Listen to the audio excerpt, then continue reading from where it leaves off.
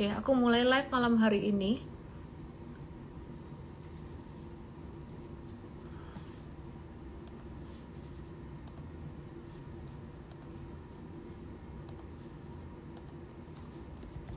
Kasih dulu.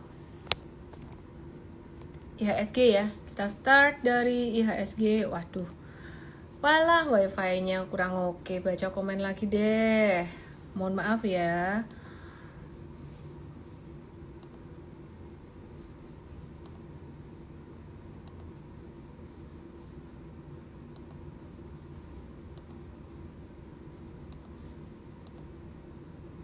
Connect wifi dulu sebentar. Antam, BBRI.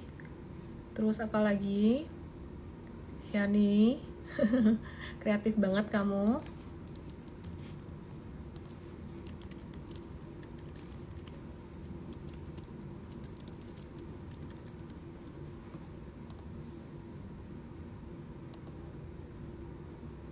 Disconnect terus di-connect lagi. Oke, lagi disconnect wifi terus di-connect lagi. Sekarang sudah connected. Aku matiin komennya. Mari kita lihat IHSG-nya bagaimana kabarnya hari ini. Kabar IHSG hari ini koreksi normal sebenarnya ya. Udah sesuai dengan antisipasi kita. Lihat di Igoya ada chartnya di sini. Ya, jadi ini koreksi normal buat IHSG-nya. Bakalan ada normal correction sampai berapa? Antisipasinya 7265. Nah, terus buat saham-saham Big Banks kabarnya bagaimana? Langsung aja sih aku bahas saham Big Banks-nya karena aku juga udah telat lumayan. Sebenarnya aku lagi masih ditungguin tamu aku sih di bawah ya, di hotel di bawah. Ini aku masih ada meeting, ongoing meeting, tapi aku selain live dulu. Nah, yang bikin market melemah hari ini, Bapak Ibu, teman-teman semua, yang bikin market melemah hari ini adalah rupiahnya melemah. Jadi USD-nya naik. Nah, kalau ditanya sebenarnya ini efek dari apa ya? Kalau USD-nya melemah kayak gini nih, rupiahnya melemah ini efek dari apa? Ini efek dari data inflasi Amerika tadi malam. Jadi data inflasi ada PPI, ada CPI ya. Jadi dari data inflasi ini menunjukkan bahwa The Fed itu ada potensi mereka nggak akan nurunin suku bunga. Spekulasinya kayak gitu. Maka dari itu USD jadi menguat, rupiahnya melemah, dan investor agak-agak pesimis. Apakah tanggal 18 nanti The Fed bakalan nurunin suku bunga atau enggak? Efeknya jadi rupiah melemah dan saham-saham perbankan melemah. Terus kira-kira nanti gimana ya tanggal 18 kalau The Fed benar-benar nggak jadi nurunin suku bunga, efeknya gimana? Itu sudah anticipated, sehingga kalau misalkan nggak jadi nurunin suku bunga, mungkin market nggak akan turun sampai gimana-gimana, turunnya mungkin akan sedikit saja gitu loh. Tapi kalau misalkan sebaliknya yang terjadi di luar ekspektasi dan misalkan dia lebih bagus dari ekspektasi, artinya tiba-tiba The Fed menurunkan suku bunga, nah itu saham bisa naik. Cuman kalau misalkan The Fed gak nurunin suku bunga di tanggal 18 September, ini kan udah kayak market itu udah nebak ya. Jadi hari ini juga ada koreksi sideways gitu. Nembaknya mereka adalah The Fed gak akan nurunin suku bunga dengan melihat data inflasi yang dari tadi malam PPI dan juga dari initial jobless claim-nya tuh arahnya ke situ gitu loh. Ya, jadi kurang lebih market mengantisipasi sekarang suku bunga kemungkinan tidak akan turun. Kalau sampai turun itu akan menjadi kejutan yang positif gitu. Nah, terus gimana dong? Saham sampai nanti akhir tahun gimana? Apakah akan ada window dressing atau enggak? Jadi pertanyaannya apakah akan ada Santa Claus rally atau enggak? Nah, kalau kita lihat kayak gini, seandainya nggak ada penurunan suku bunga, ini nggak akan rally yang gimana-gimana. Jadi masih akan sideways aja. Marketnya bakalan masih sideways aja. Mungkin kita lihat ke saham-saham yang lain ya. Yang kemarin udah ada bentuk V, udah ada bentuk reversal. Itu apa aja yang bakalan masih oke. Yang tidak terlalu sensitif dengan suku bunga itu ada dari sektor komoditas ya. Jadi ada dari sektor komoditas. Kalau sektor teknologi gimana? Kayak MTech hari ini turun tapi volume transaksinya kecil. Mtrade udah ada review buy beberapa waktu yang lalu tuh, kita tinggal nge-hold aja. Jadi bukan waktunya entry lagi gitu. Nah, kalau untuk saham-saham yang di sektor metals kayak Tins, Inco dan kawan-kawan itu tidak terlalu relate dengan suku bunga sehingga pergerakannya mungkin lebih mengikuti harga komoditasnya. Kita akan bahas lengkapnya malam hari ini. Nah, angka US Producer Price Index artinya apa sih? Producer Price Index ini adalah inflasi di tingkat produsen. Jadi bukan di tingkat konsumen ya, yang dilihat oleh produsen. PPI di Amerika ini naik ya. Jadi produsen bakal menaikkan harga jual produknya ke konsumen sehingga inflasi ke konsumen nantinya juga bisa naik. Nah, kalau inflasinya naik, the Fed itu tendensinya mungkin nggak akan cepat-cepat nurunin suku bunga gitu loh. Tapi mesti melihat faktor yang lainnya juga gitu ya. Nah, faktor yang lain yang perlu diperhatikan apa? Ada initial jobless claim yang kemarin juga ada dibahas di Amerika sana ya. Jadi initial jobless claim di Amerika, hasilnya angka klaim pengangguran Amerika ini naik dari 224.000 jadi 242.000, 224 jadi 242.000 gitu loh. Padahal perkiraannya turun. Nah, kalau ngelihat data pengangguran yang klaim penganggurannya naik, ini berarti kebalikannya dengan PPI tadi. Kalau PPI inflasinya naik itu kan menunjukkan bahwa ekonomi makin panas ya. Sedangkan kalau klaim penganggurannya makin tinggi itu berarti ekonominya makin dingin. Maksudnya makin dingin itu berarti makin melambat gitu loh. Nah, kalau misalkan kondisinya seperti ini dengan data klaim pengangguran seperti ini justru malah membuat The Fed itu tendensinya harusnya malah menurunkan suku bunga. Jadi PPI dan juga klaim pengangguran ini beda impact-nya ke keputusan The Fed untuk menurunkan suku bunga atau enggak. Jadi investor saat ini benar-benar masih wait and see banget gitu ya. Nah, jadi apa yang sebaiknya kita lakukan untuk investasi ataupun trading di saham baik perbankan maupun saham yang lainnya? Yuk langsung aja kita lihat sahamnya ya. Kita lihat sahamnya, yang pertama pastinya kita lihat BBCA.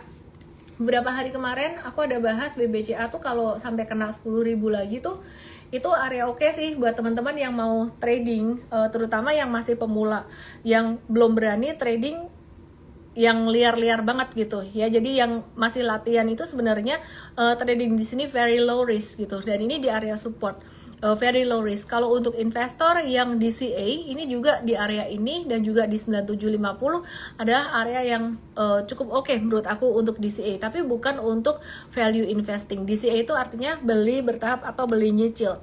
Nah, terus BCA masih aman nggak sih? Masih, dia di atas 9750 itu masih di atas supportnya dan masih di area sideways.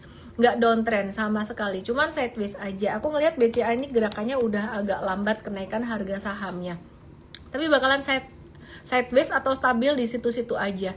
Nah, untuk BMRI sendiri tadi itu kan pagi sempat gap down ya, bukanya di 6025, tapi kemudian setelah dia turun sampai 5975 di bawah, dia naik lagi dan juga closingnya pas di angka opening di 6025 itu. Sehingga kita melihat bahwa di sini terjadi pertarungan bull and bear yang lumayan kuat. Bahkan sempat naik sampai level 6100 ya.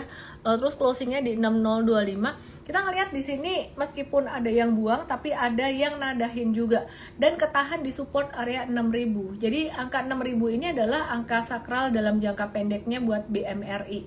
Bank Mandiri valuasi masih tinggi. Jadi kalau untuk value investing kayaknya enggak, tapi kalau kamu mau trading wait and see di area 6000 gitu ya.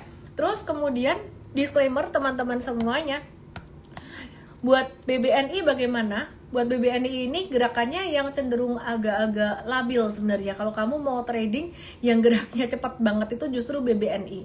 BBNI itu udah 2 kali ketahan di 4.720 ya. Jadi di area 21 November tuh 4720, terus 2 Desember 4720, terus kemudian di hari ini ketahan di 4710 sekitaran 4720 deh, hari ini 4720 ya. Jadi di 21 November terus 2 Desember itu 4710, kurang lebih di area itu.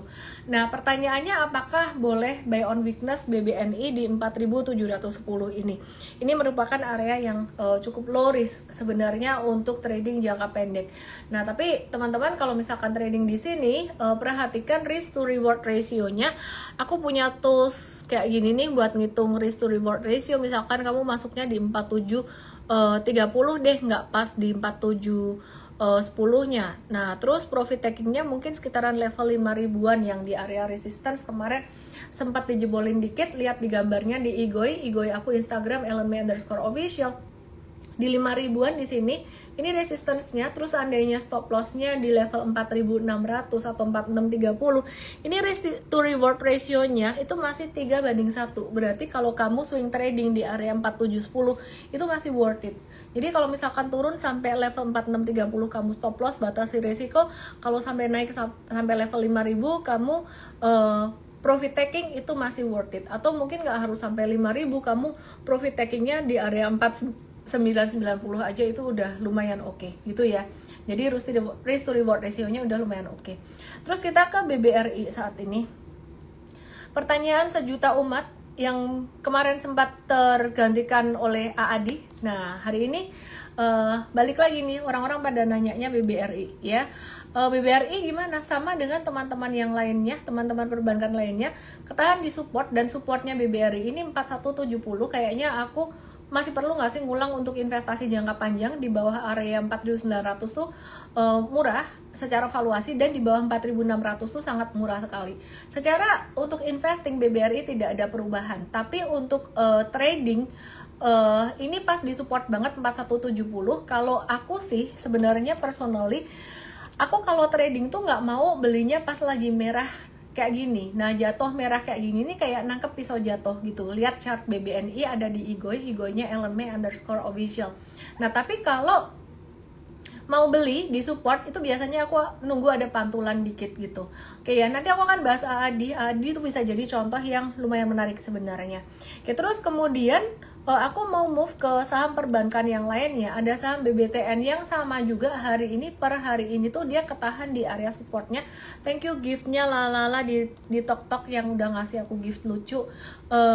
BBTN ini supportnya di level 1205 pas hari ini tadi ketahan juga di situ. Apakah bisa bottoming di 1205 atau tembus ke bawah? Tapi kalau misalkan kalian trading, ini adalah area support yang biasanya orang-orang justru malah takut. Ini area support untuk swing trading. Nah, sebenarnya kalau trading tuh sesimpel ngukur risk to reward ratio aja. Misalkan kamu dapat di 1210. Terus profit takingnya di mana? Profit taking sebenarnya bukan di resistance tapi sebelum resistance. Belum tentu kena resistance. Kita memperkirakan aja dia kira-kira bisa naik sampai seberapa. Dan kita bandingkan kalau misalkan turun kita mau stop loss di mana, itu yang sangat penting sekali. Kenapa? Karena banyak orang tidak memperhatikan kapan dia mau stop loss. Yang diperhatikan cuman profit takingnya aja. Seandainya BTN ini dia naik sampai level 1270, itu rewardnya sekitaran 4,96%. Kalau stop loss 2%-an itu di level 1180 atau 1185-an, itu risk to reward ratio buat swing trading sebenarnya masih oke ya. Untuk jangka menengah panjang pun masih oke, tapi saham-saham perbankan ini gerakannya bakalan agak slow ya, agak slow. Terus kemudian kita move ke saham-saham komoditas ya, dan nanti kita akan ke kripto sedikit dan juga mungkin ke US stocks kalau ada pertanyaan di situ ya. Jadi kita akan belajar dari chartnya. Oke, perhatikan di sini. Ini di Inco, saham Inco. Beberapa hari kemarin kita ada remind untuk review buy. Kita kasih tahu untuk jangka pendek ini profit taking oke sih, tapi kalau untuk jangka menengah bisa hold dulu. Nah, kira-kira Inco ini bakalan kemana? Nah, kebalikannya sama banking ya. Banking justru di support, tapi kalau metals ini kita perhatikan ada beberapa yang udah di resistance. Kayak Inco ini udah di resistance. Nah, jadi kalau misalkan mau beli Inco sebaiknya tunggu retracement wait and see di level 3.800-an. Dan 2 hari kemarin ini naik dengan volume transaksi tinggi. Hari ini ketahan MA 200-nya. Intinya Inco jangan buy dulu, wait and see dulu. Kalau kalian mau buy mungkin sekitaran level 3770-an. Ini ada satu support lagi di sini ya, 3770, 3760. Ya, jadi karena dia trennya udah mulai naik kayak gini, kita akan nunggu retracement-nya. Jadi mungkin Santa Claus mungkin akan kasih kadonya justru dari sektor yang lain, bukan dari sektor perbankan ya. Terus kemudian kita lihat harga nikel futures gimana?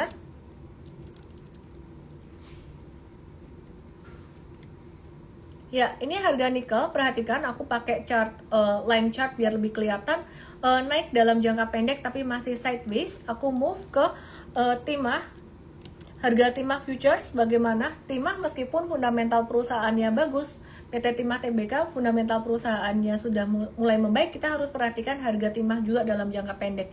Dalam jangka pendek harga Timah ini kemarin sempat naik dari bottomnya di 27 November, tapi sekarang mulai sideways lagi.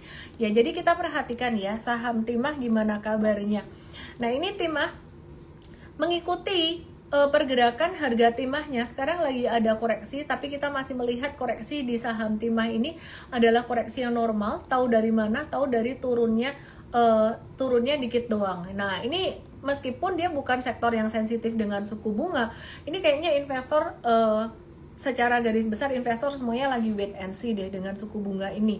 Oke ya, terus kemudian kita ngelihat saham dari sektor metals yang lainnya, yaitu ada saham Antam, Aneka Tambang. Perhatikan di sini, ini Aneka Tambang kemarin ada breakout dari pattern double bottomnya, ya, ini breakout dari pattern double bottomnya, terus udah kena target atau projectionnya, ini lagi koreksi normal aja. Nah, mirip dengan Inco, kita melihat bahwa Antam ini akan ada normal correction dan kemudian bisa mantul lagi. Sehingga kesimpulannya kayaknya gerakannya bakalan lebih cepat daripada gerakan saham-saham perbankan. Nah, kalau perbankan ini kita ngelihatnya mungkin dia lebih cocok untuk investasi ya. Kalau buat tradingnya bakalan lebih cepat saham-saham dari sektor komoditas ini. Teman-teman yang di TokTok yang di YT, lihat chartnya di Igoy ya. Gitu. Oke ya. Jadi mungkin kalau mau watch on retracement Antam dan Inco. Terus kemudian bagaimana dengan MDKA dan PSAB? Karena harga emas kan kemarin di tahun 2024 sempat naik lumayan tinggi ya, tapi MDKA ini juga belum ada tanda-tanda ini yang paling laggard atau paling telat dibandingkan dengan sektor metals yang lainnya. Ada kemungkinan dia akan membentuk V baru stage 1 untuk MDKA ini. Jadi wait and see dulu teman-teman. Nah, kemudian kita akan ke PSAB di sini.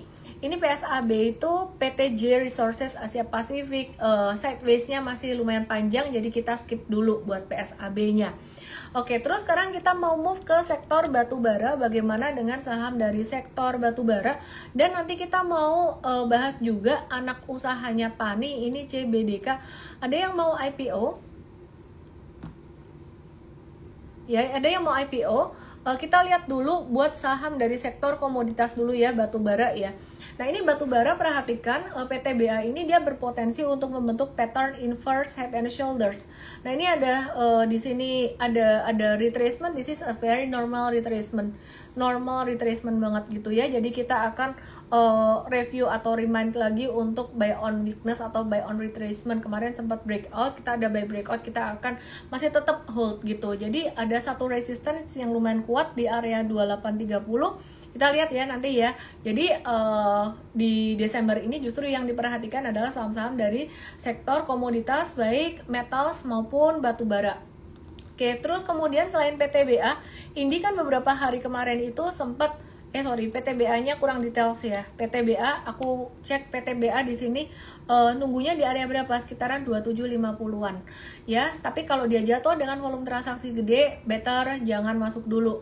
Nah, saran aku kalian belajar sistemnya dulu di M-Trade Trading Academy. Fondasinya ada di webinar 2 jam, M-Trade Start 2, Trade Anything Made Easy. Kemarin kita ada bahas tentang kripto, saham, US stocks, dan juga gold. Nah, itu ternyata banyak yang minta ya, jadi Sabtu pagi pada nggak bisa, terus minta hari Minggu sore. Oke, kita turutin hari Minggu nanti jam 7 sore. Langsung aja DM aku M-Trade Start 2 ya. TAME, Trade Anything Made Easy ya. M-Trade Start 2 atau ketik aja TAME, Trade Anything Made Easy gitu. Jadi gitu aja, tim aku udah ngerti ya, TAME gitu atau M-Trade Start 2. Oke, jadi nanti akan dikasih URL-nya buat daftar di situ. Oke ya, terus selain PTBA, jadi PTBA-nya ngerti ya, tunggu retracement. Caranya trading kayak Inco sama kayak Antam tadi, kita lagi nunggu retracement-nya. Kayak yang di TokTok yang di YT ke Igoy, aku akan bahas saham Indi yang beberapa hari kemarin breakout tapi kemudian dia menjadi kembali sideways. Indi ya di area 1400 ini sideways. Sekarang kita lagi nungguin pantulannya karena 3 hari dia jatuh dengan volume transaksi kecil. Jadi ini masih normal retracement. Jadi kalau Bapak Ibu pelajari sistem trading di M-Trade Trading Academy, Anda akan paham ya. Ini tuh kayak apa. Oke, jadi ini masih baru breakout dari stage 1 dan dalam perjalanannya menuju ke stage 2. Baru awal banget. Jadi psikologi di market untuk Indi ini antara masih pesimis atau skeptis. Oke, terus kita mau move ke AAD. Aku nge-live-nya malam hari ini nggak lama, tapi aku berusaha untuk bisa singkat, padat, dan tajam gitu ya. Karena aku masih ditungguin sama orang, masih meeting sebenarnya di bawah. Nah, ini AAD, mungkin ada banyak yang bertanya-tanya tentang AAD. Ada yang beli di PUPS, dapat dari PUPS, ada yang dapat dari IPO, ada yang beli di atas, nyangkut di level 10.500, ada yang di 11.000 gitu. Tuh gimana? Oke, aku udah bahas beberapa hari kemarin. Intinya kalau M-Trade sih justru malah nunggu retracementnya di AAD ini. Dan perhatikan hari ini tadi bagaimana dengan AAD. Adi per hari ini tadi, ini ada koreksi sampai level terendahnya di angka low di angka 9150, di angka 9150. Dan sebenarnya kalau diperhatiin di sini kalian bisa baca ini, belajar dari Trading Academy itu udah lengkap banget. Ini retracement yang very beautiful retracement. Dalam jangka pendek ini retracement yang sangat very beautiful. Lihat di IGOI, kenapa aku bisa bilang very beautiful. IGOI itu INSTAGRAM, Ellen May _official. Dia waktu turun pada tanggal 10 dan 11 Desember.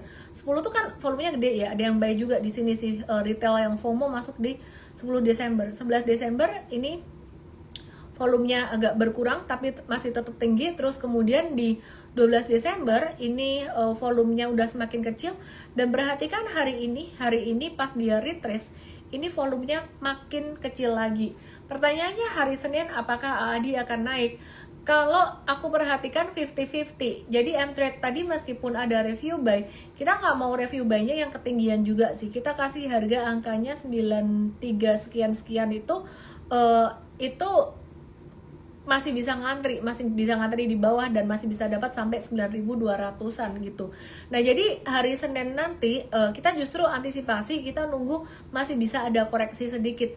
Sebenarnya best price-nya tuh di 8475, tapi belum tentu bisa dapat di situ. Maka dari itu tadi di M-Trade kita ada nyolong start dikit gitu ya. Untuk bisa teman-teman yang belum punya ini bisa ada kesempatan untuk trading. Disclaimer buat yang ada di live, jangan langsung ikut-ikutan aja, karena di M-Trade kita benar-benar temenin dan bimbing banget, tidak hanya melalui e-course tapi melalui day to day update-nya tuh penting banget supaya teman-teman tuh tahu gimana tradingnya ya.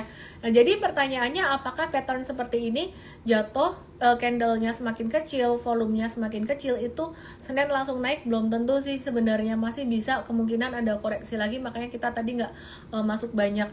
Nah, tapi kalau kayak gini, kalau reversal itu biasanya tandanya kayak gini.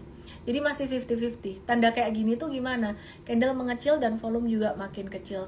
Nah, kita perhatikan di sini di intraday chartnya bagaimana. Dari jam 9 pagi tadi, aku coba bersihkan gambarnya mungkin ya. Aku coba bersihkan gambarnya. Remove. Anyway. Aku pakai jari aja ya. Gak ada mousepad yang bener di sini. Lagi sambil pergi. Oke, jadi perhatikan, aku bersihin dulu gambarnya. Ya, perhatikan di sini di 9475, teman-teman yang ada di TokTok, yang ada di YT boleh ke IGOI. Lihat nih ya. Di 9475 ini adalah resistance yang lumayan kuat. Jadi resistance sideways-nya dalam jangka sangat pendek. Ini intraday chart. Ini chart 1 menit. Jadi kalau chart daily itu bentuknya candle turun-turun kayak gini. Mana tadi? Ini chart daily. Nah, aku gedein chart daily-nya, balik lagi ke daily ya. Daily itu bentuknya candle kayak gini ya kan? Nah, jatuh kayak gini. Ini di intraday, ini kelihatan bentuknya lebih jelas patternnya. Oke.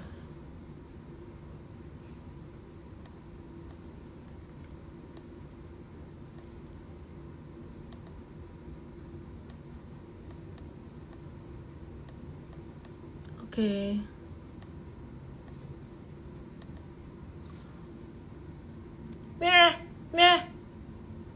Nggak bisa, udah mentok nih. Oke, aku tarik garis ya. Teman-teman yang ada di TokTok yang di YT bisa ke Igo ini ya, supaya bisa ngelihat aku tarik garis. Kok nggak bisa dikecilin sih, pakai keyboard juga. Sebisanya aku narik garis di sini ya. Charting toolsnya agak-agak error, jadi aku pinch out, di zoom out nggak bisa. Nah, harusnya tuh dari atas, dari sini nih, dari sini, seret. Wah, ini downtrend banget. Oke, aku tarik begini aja udah cukup. Oke, perhatikan garis yang aku kasih warna ungu. Lihat di Igoisai, garis yang aku kasih warna ungu ini ya, ini udah dijebolin ke atas pada tanggal 13 Desember, yaitu hari ini, jam 9. Kesimpulannya, secara intraday, teman-teman, aku lagi bahas AAD di Igoi, ada chartnya. Secara intraday chart, AAD ini, dia trennya udah nggak downtrend lagi. Dia jadi sideways. Kalau di daily, terlihat dengan chart yang jadi bentuknya kayak salib gitu. Ya, jadi kayak doji, kayak salib itu tadi. Nah, balik lagi ke chart daily-nya. Idealnya, M-traders pasti udah tahu di sini. Idealnya bagaimana belinya? Oh, kalau ngikutin rumus, idealnya itu beli thank you gift-nya say. Kalau ngikutin rumus, idealnya itu beli breakout di 9475. Seret gitu. Ya. Tapi kalau mau nyolong startnya berarti belinya pas lagi sideways. Best price di berapa? Kalau mau nyolong start, best price-nya berarti di 9100. Disclaimer teman-teman, ini time frame kecil banget dan kamu mesti ngelihat time frame gedenya. Di time frame gede itu masih bisa jatuh sebenarnya, masih bisa turun dikit lah, kurang lebih kayak gitu. Nah, jadi kalau mau scalping atau swing trade lah ya, jangan scalping cuannya ya kamu harus jagain banget, resikonya menurutku besar ya. 9100 sampai 9300 atau 9325 ini adalah area yang oke sih buat jangka pendek banget gitu, buat trading jangka pendek. Yuk kita lihat risk to reward ratio-nya berapa persen. Kita pakai long position ini lagi, misalnya dapat di harga 9250 ya, harga 9250, terus stop loss-nya katakan kita taruh di 8975. Harus tetap ada stop loss ya. Sebagus apapun fundamentalnya kan kalian trading toh, bukan mau investing kan ya. Jadi perhatikan di sini kalau misalkan belinya di 92 atau 9250, profit taking-nya sekitaran 98, itu dapat 5 sampai 6%. Terus stop loss-nya di level 8975. Ini risk to reward ratio-nya tuh udah oke banget. Jadi risk to reward ratio-nya perhatikan di Igoi di sini. Ini risk to reward ratio-nya tuh 2:1 ya. Terus bisa dapat lebih banyak lagi nggak sih? Kita lihat di intraday, lihat di daily chart. Kita lihat di daily chart sekarang. Nah, kita coba lihat di daily chart. Perhatikan di sini, tadi di angka 9200 belinya. Terus stop loss-nya stop loss-nya berapa tadi ya? Stop loss-nya di 89, mungkin 8875-an. Nah, ini bukan angkanya M-Trade ya. Terus kalau misalkan dia kembali ke harga 10.500, nggak usah sampai ke tertingginya di 11.375, balik ke sini aja. Ini udah dapat profit sekitaran 10-14% upside-nya, potensinya. Nah, ini untuk trading yang rentang waktunya lebih gede. Ini bisa nge-hold-nya mungkin 2 mingguan atau kurang dari 1 bulan lah. Nggak yang dalam 1 harian gitu, enggak gitu. Jadi intinya kamu nge-hold semakin lama, jika trennya oke sih pasti cuannya akan semakin banyak. Jadi trading plan-nya ada 2 macam. Mau ambil yang trading plan yang cepat kayak tadi cuan 5%-an, berarti stop loss-nya tuh 2%-an doang. supaya risk to reward ratio-nya masih oke. Nah, jadi kalau kamu mau cuan sekitaran 10%-an, mungkin kamu profit taking-nya sekitaran 10,175, stop loss-nya berarti sekitaran 3%-an atau 4%-an masih bisa gitu loh. Jadi risk to reward ratio-nya masih kejaga. Kalau aku personally, aku nggak suka trading yang rentang waktunya kecil banget, karena jarak ke stop loss-nya tuh kurang ya, jadi kurang gitu. Oke, terus teman-teman ada ya udah ngerti buat Adi. Terus ada yang banyak nanyain tentang IPO anaknya Pani bagaimana?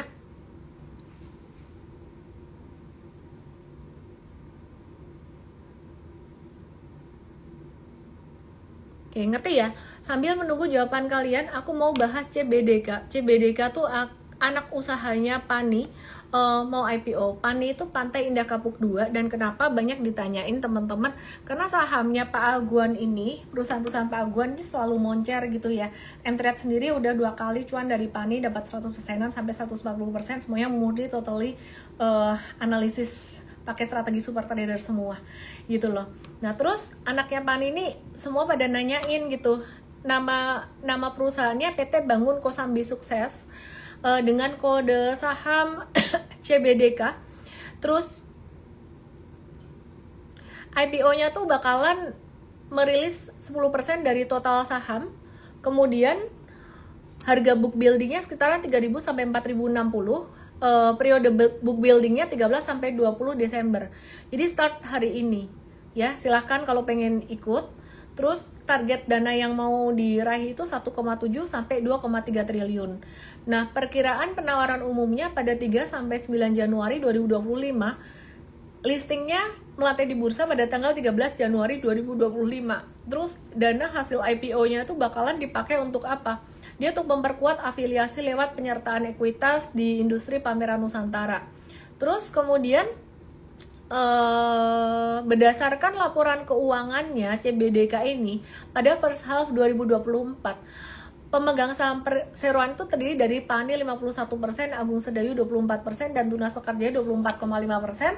Kalau ditanya apakah harga sahamnya akan naik, biasanya hari pertama tuh akan arah. Jadi kalau kalian misalkan ada ambil dari pre-IPO, mau trading jangka pendek, itu profit taking di hari pertama atau hari kedua. Biasanya kayak gitu, meskipun tidak ada jaminan. Cuman melihat histori dari saham-sahamnya Pak Aguan yang selalu naik kencang, biasanya hari pertama, kedua akan naik.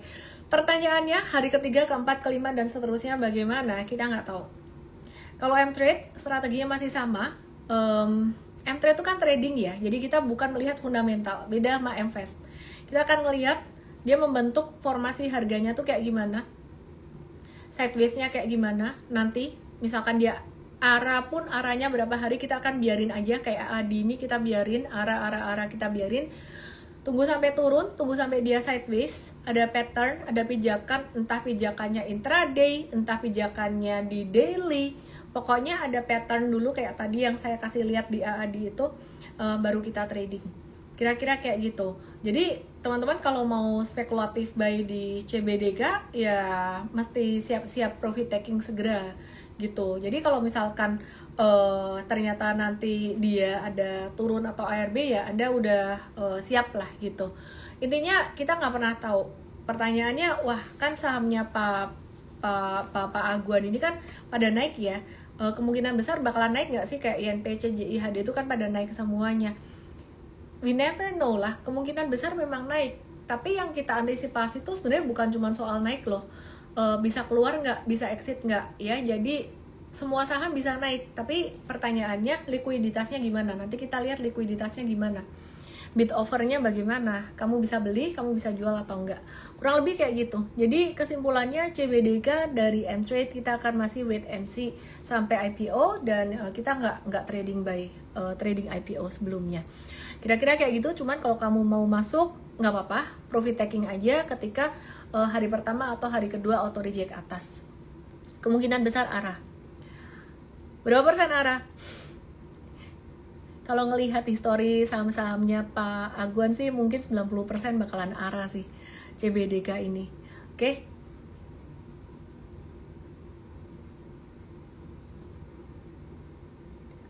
Apalagi yang aku mau bahas. Oh, Excel itu mau merger sama friend kan ya. Jadi friend ini masih rugi, terus kemudian dinikahkan dengan Excel. Semestinya sih kalau dia cuan pastinya akan bawa hal positif ya buat Excel. Tapi kalau ini rugi, dia bakalan jadi agak ada pemberatnya gitu. Tapi banyak yang khawatir Excel ini akan melakukan PHK dengan efek mergernya dengan friend. Tapi Excel sendiri mengatakan bahwa mereka nggak akan PHK. Katanya sih kayak gitu ya. Kita nggak tahu. Oke. Beli nggak? Nggak. Nah, PNBN membantah akan adanya rencana akuisisi. Kalau tak titeni, grup Panin ini sering banget kayak gini. Jadi dikabarkan akan ada aksi korporasi ini, entah dari mana isu itu berhembus. Terus kemudian dikonfirmasi bahwa enggak kok gitu. Makanya kemarin ketika saya ngebahas tentang ada potensi, ada rumor ini, tapi saya tambahkan itu belum dikonfirmasi oleh pihak manajemen. Nah, ini dikonfirmasi, Panin bilang enggak kok. Terus kita lihat ya harga sahamnya bagaimana buat PNBN.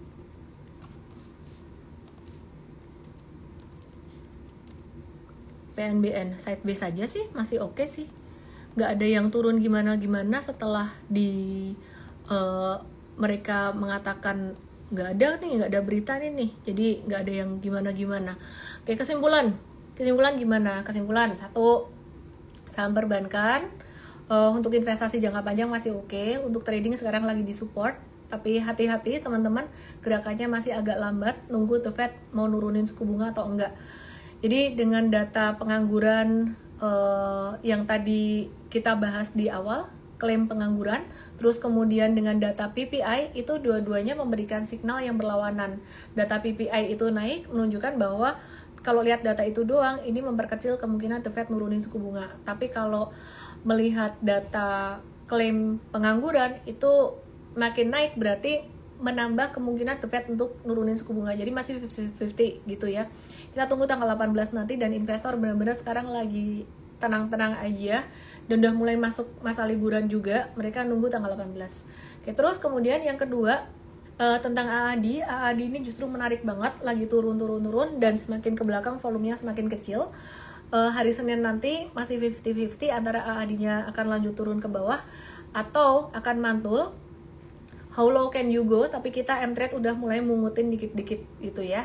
Jadi kita udah mulai mungutin dikit-dikit dengan pertimbangan tadi dari chart intraday-nya, dari downtrend udah mulai sideways, ada kemungkinan akan ada pantulan jangka pendek. Jadi kita akan trading aja, trading cepat gitu.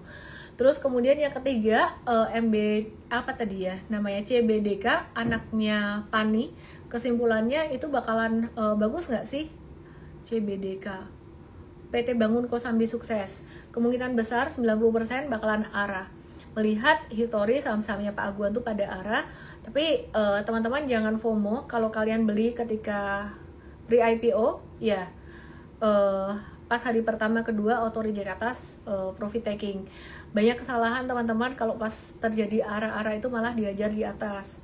Jadi AAD ini harusnya menjadi pembawa rezeki, pembawa berkat, tapi ada juga yang nyangkut karena salah beli, salah timingnya aja. Kira-kira kayak gitu. Itu 3 hal utama yang aku mau sampaikan. Oh, tambah lagi 1 poin lagi. Santa Claus kira-kira bakalan bagi-bagi hadiah di sektor apa? Kita watch sektor komoditas, baik sektor batubara maupun dari sektor komoditas metals. Tadi seperti Inco, Antam, apalagi ya tadi ya? Aku lupa. Satu lagi. Inco, Antam, aku lupa satu lagi apa. Kita lagi menunggu retracement atau tunggu turun di bawahnya. Jadi gitu aja teman-teman. Happy weekend buat kalian semuanya ya. Dan aku mau lanjutin meeting aku dulu. Meeting apa sih? Sebenarnya bukan meeting sih, belajar sih. Ada coach aku di bawah gitu. Coach apa? Bukan coach trading pastinya ya. Oke, dadah. Thank you semuanya ya. Selamat malam, salam profit. Jangan lupa besok M-Traders dan M-Investors ada cuantastik ya, jam 10 pagi dengan tim coach M-Invest dan M-Trade. Terima kasih, selamat malam.